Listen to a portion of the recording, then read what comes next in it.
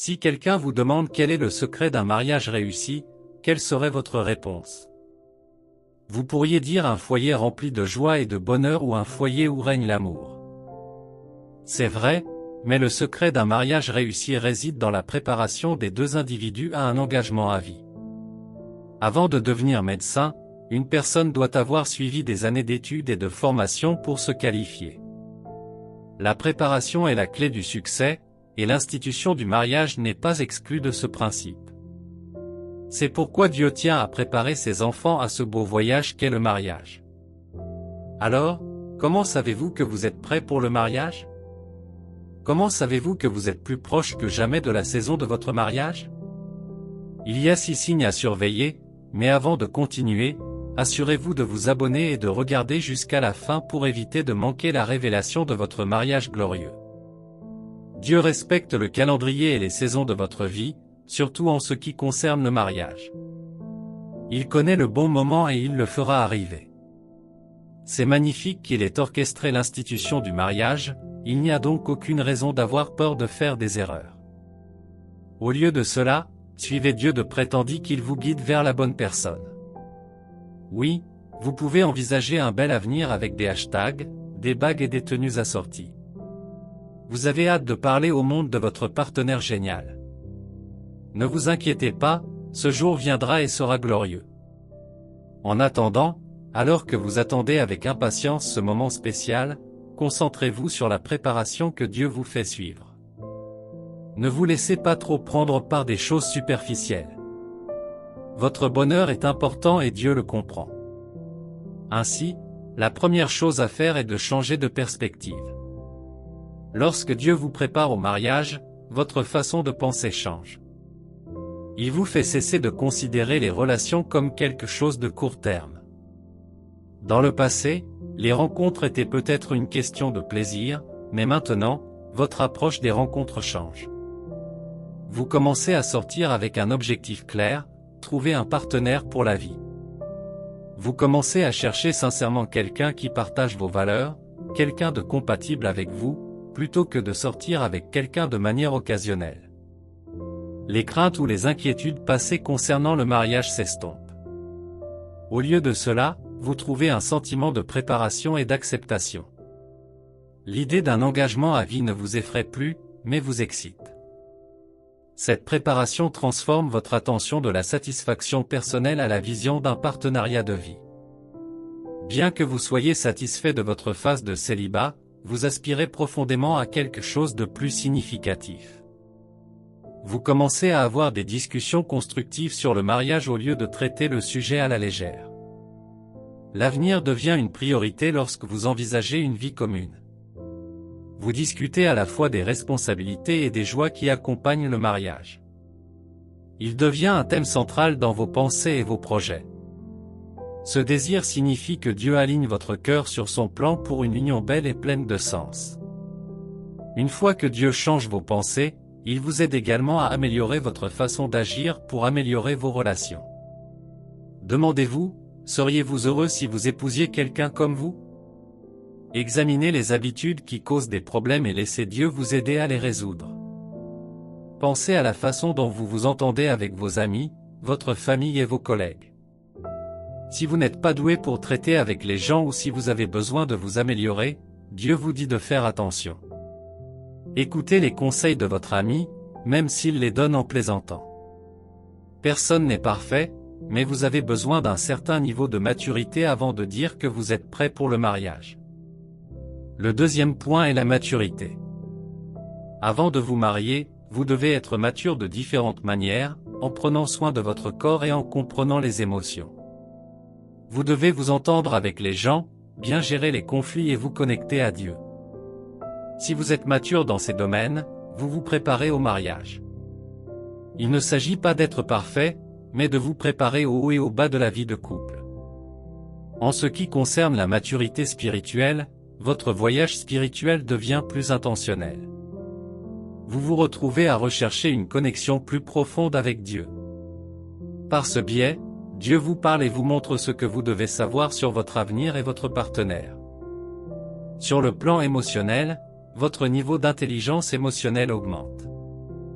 Dieu vous aide à devenir plus conscient de vous-même, à comprendre vos émotions et celles des autres. Vous apprenez à communiquer efficacement, à exprimer vos sentiments avec amour et empathie. Troisièmement, vous observerez une amélioration de vos capacités de communication. Dans un mariage, savoir comment communiquer avec les autres est une compétence cruciale.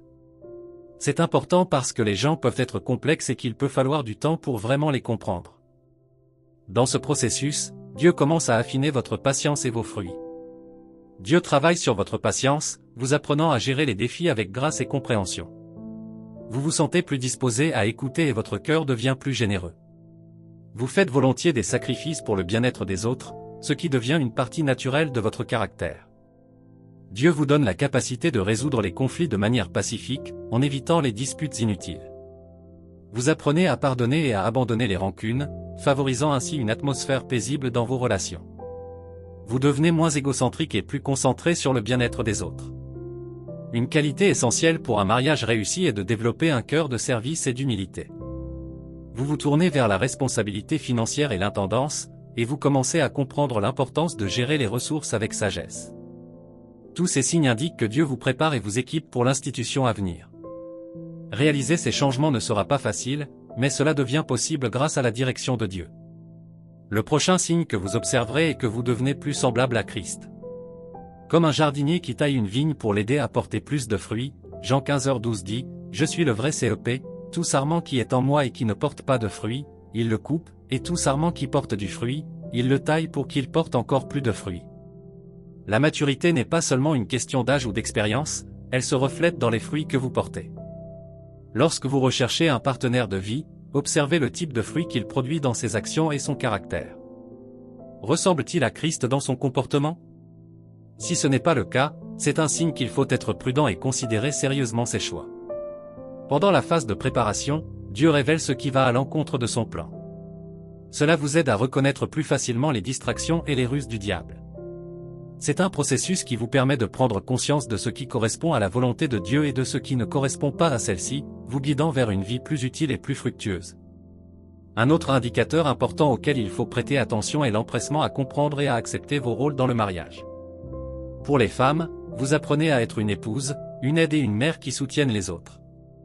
Quant aux hommes, vous commencez à comprendre les responsabilités du chef de famille.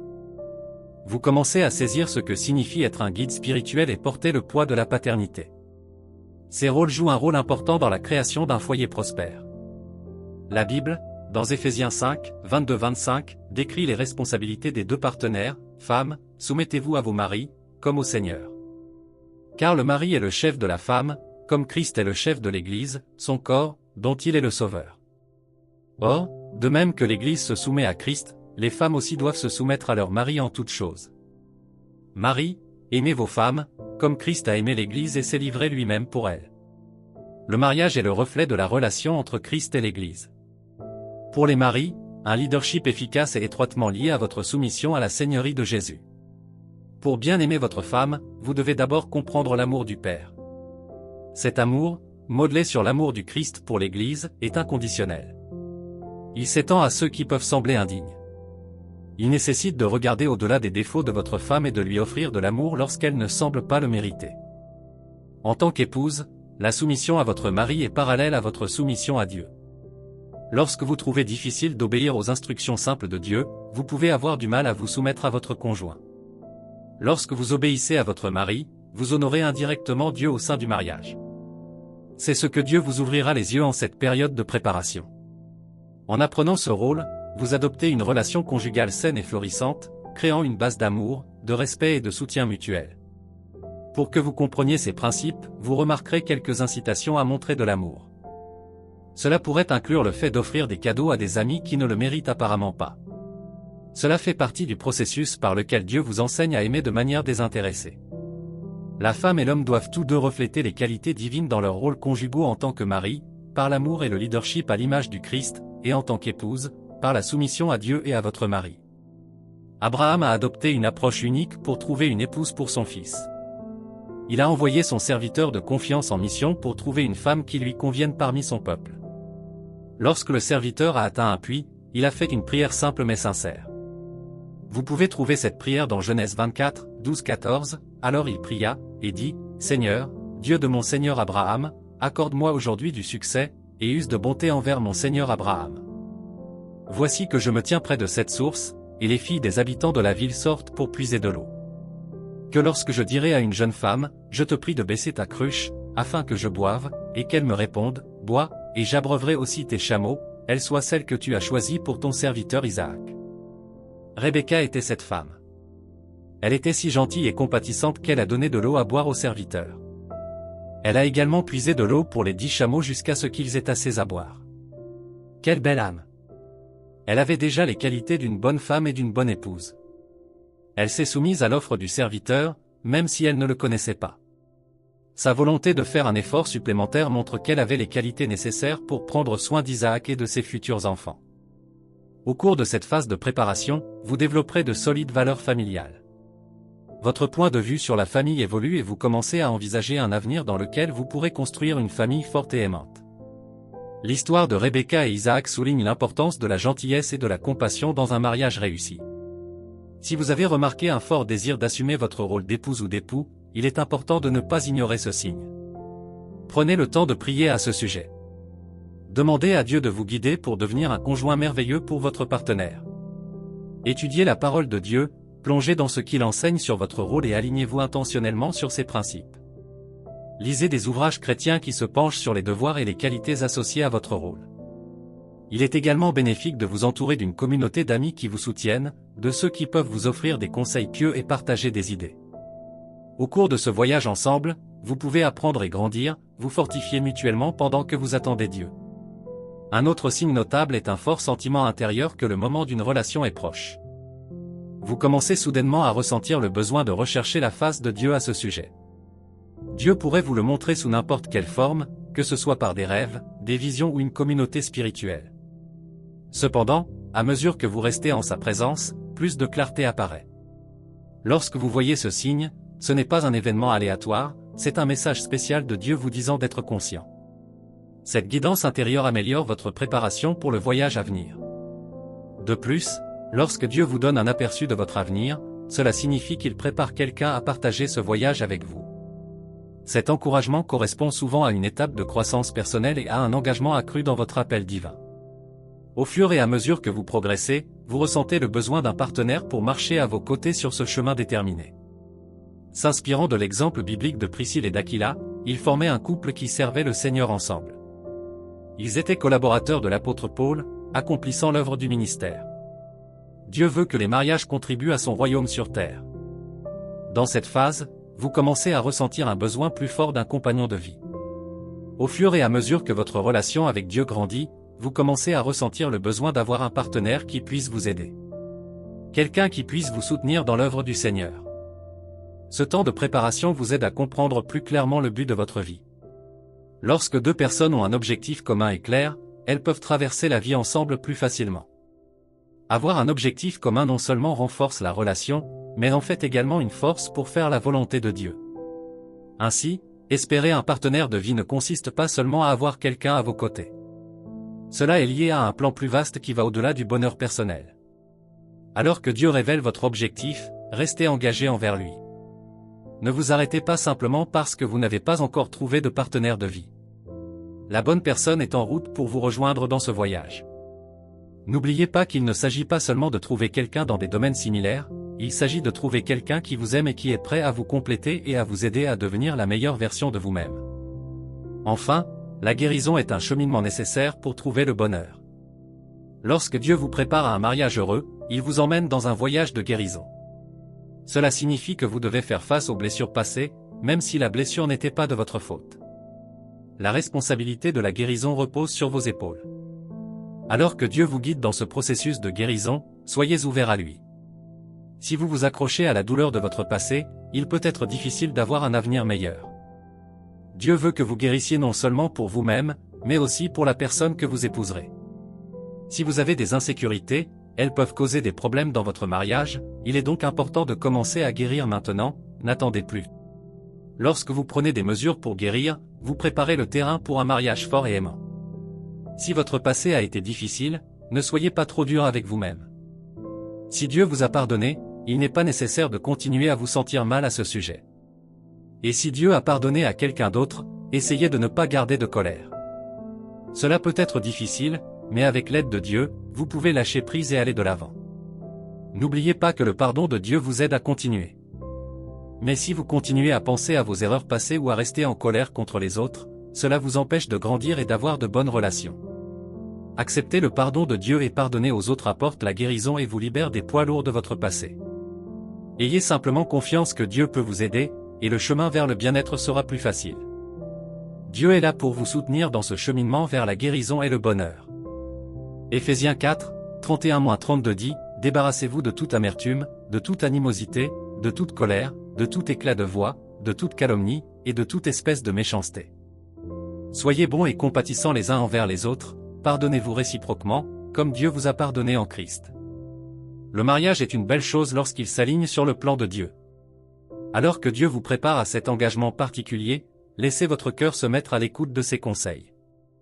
Recherchez activement sa sagesse dans vos choix, en ayant confiance que son plan pour votre cheminement vers le mariage est sans faille. N'oubliez pas que le cheminement vers le mariage est personnel et spirituel.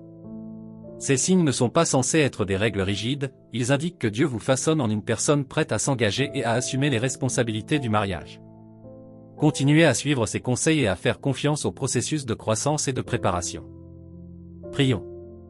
Cher Père Céleste, je viens devant toi avec un cœur rempli de gratitude. Je reconnais ta miséricorde et ton amour infini envers moi. Merci pour ta bonté qui ne connaît pas de fin et pour m'aimer d'un amour qui dépasse toute compréhension. Seigneur, alors que je m'embarque dans ce voyage, je recherche ta direction et ta sagesse sur mon chemin vers un mariage glorieux. Aide-moi à reconnaître les signes que tu m'apportes afin que je puisse m'aligner sur ta volonté. J'ai confiance en ton plan divin. Je sais que tu orchestres une union parfaite avec quelqu'un qui m'aimera de tout cœur. En attendant la belle histoire d'amour que tu es en train de créer pour moi, insuffle-moi la patience de faire confiance à ton timing. Je suis convaincu que ton timing est toujours parfait. Aide-moi à embrasser chaque jour avec gratitude, sachant que chaque instant est un pas de plus vers l'union remarquable que tu as planifiée. Fortifie mon cœur pour qu'il reste ferme dans l'espoir. Toi, Seigneur, tu es l'auteur du mariage, et j'ai confiance en ta volonté pour que j'aie un partenaire de vie avec qui partager ce beau voyage. Dans les moments d'attente, accorde-moi la paix et l'assurance que tu travailles en coulisses. Alors que j'ouvre mon cœur à ta direction, révèle-moi les attributs que je dois cultiver pour contribuer à un mariage prospère et beau. Guide-moi vers la maturité dans tous les aspects de ma vie. Comme un jardinier habile, élague tout ce qui en moi empêche l'épanouissement d'une relation fructueuse. Que le bon fruit s'épanouisse en moi. Accorde-moi la force et la persévérance pour travailler à devenir la personne que tu m'as conçue pour être, prête pour l'amour et la compagnie que tu m'apporteras. Prépare mon cœur émotionnellement à la profondeur de l'amour et de l'engagement qu'implique le mariage. S'il te plaît, guéris mon cœur, répare les parties brisées et guéris mes cicatrices. Donne-moi la force d'affronter et de laisser tomber la douleur du passé. Aide-moi à cultiver un esprit de pardon et de compréhension. Que ton amour me transforme et apporte un nouveau départ. Protège-moi des distractions et des tactiques trompeuses de l'ennemi concernant le mariage. Accorde-moi le discernement pour reconnaître ses stratagèmes. Je déclare que je ne serai pas la proie de ses plans diaboliques. J'ai confiance en ta protection et en ta direction alors que je m'achemine vers une union bénie et durable. Père Céleste, je te confie mes désirs et mes préoccupations, sachant que tes plans pour moi sont bons. Que mon voyage soit un témoignage de ta fidélité. Puisse-je toujours trouver réconfort et force en ta présence. Au nom de Jésus, je prie. Amen.